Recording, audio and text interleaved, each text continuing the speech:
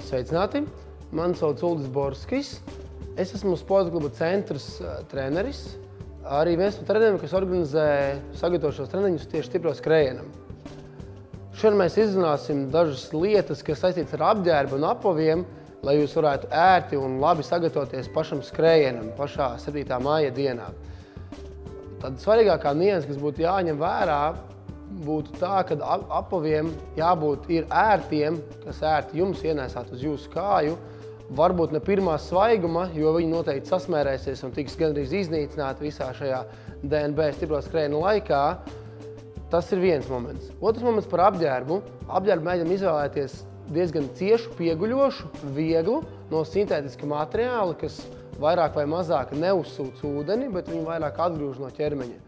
Tas, attiecīgi, jums palīdzēs saglabāt skrējiena laikā konstantu savu ķermeņa svaru un nenēsāsim lieki ūdeni no viena grāvja uz otru grāvi.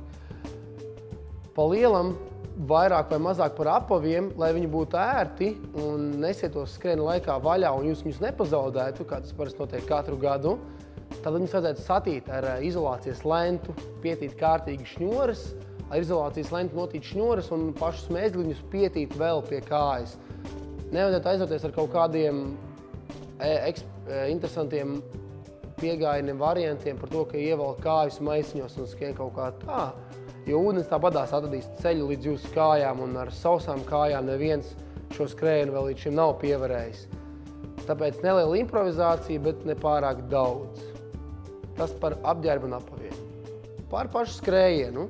Šogad plānotais trases garums DNB stipro skrējienam ir līdz 9 kilometriem. Salīdzinoši varbūt tiem, kas skrien dažāda veida maratonus, liekas tīrais sīkums, bet gribētu atgādināt, ka tas ir šķēršu skrējiens. Un ik pēc noteikta posma jums ir jāpārvar vai nu dabīgais šķērslis, ūdens, smiltis, paaugstinājumi vai kāds no mākslīgajiem šķēršļiem, ko būs uzstādījuši trases veidotāji. Tāpēc vēlams sadalīt savu enerģiju tādos vairākos posmos. Nevajadzētu ātri izrauties un izšaut visu pulveri jau pirmajos kilometros.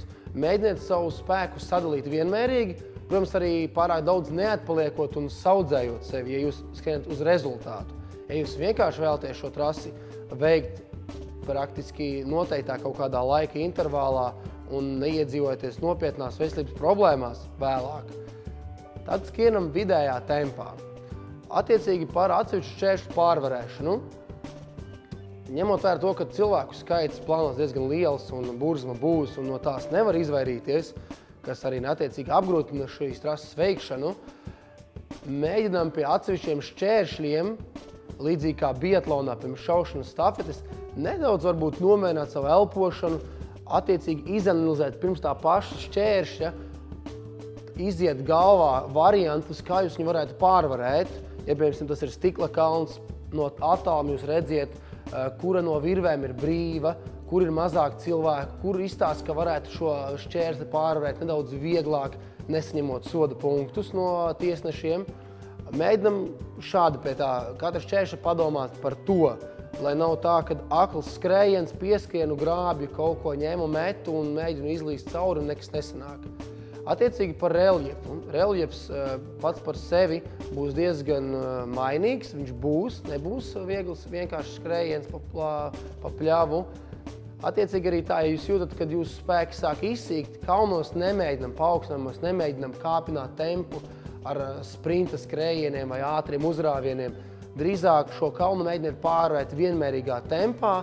Attiecīgi no kalna lejā, ja viņš ir nedaudz lēzenāks, varam skriet lieliem soļiem vidējā tempā, arī nesprinta skrējienā. It kā izmantot iespēju atpūsties, jo skrienam no kalna lejā. Par ūdens šķēršļiem un citām mitrām lietām, vietām. Jebkurā gadījumā skatieties, ja tas ir grāvis vai kaut kāds ļoti izbradāta vieta, mēģiniet atrast savu taciņu, kas ir trases robežā, kurā varbūt ir mazāk cilvēki gājuši cauri, lai tā augsne tajā vietā nav tik mīksta un attiecīgi izbradāta un būs vieglāk viņu pārvarēt, nekā skriet pa iemīto taciņu, pa kuru izskrējuši vēl 3000 cilvēku. Visdrīzākais, ka jūs savus botus tur arī pazaudēsiet un pēc tam būs grūtāk veikt trases tālāko posmu. Jebkurā gadījumā mēģiniet saglabāt vēsu prātu, pie katra šķēršļa piedomājiet, kā viņu efektīvāk veikt, jo trase ir salīdzinoši gara, ja mēs runājam par šķēršļu skrējienu. Un trases laikā ir iespējams arī nedaudz atpūsties vieglajos, gludajos skrējienos no šķēršļa uz šķērsli. Tāpēc mēģinam domāt ar galvu, draudzēties ar saviem blakus skrienošajiem biedriem un varbūt, ka kādā šķēršļā jūs varat kādam palīdzēt un kāds jums var palīdzēt, un tā jūs varat vieglāk veikt šo trasi visā garumā, bez traumām un bez starpgadījumiem.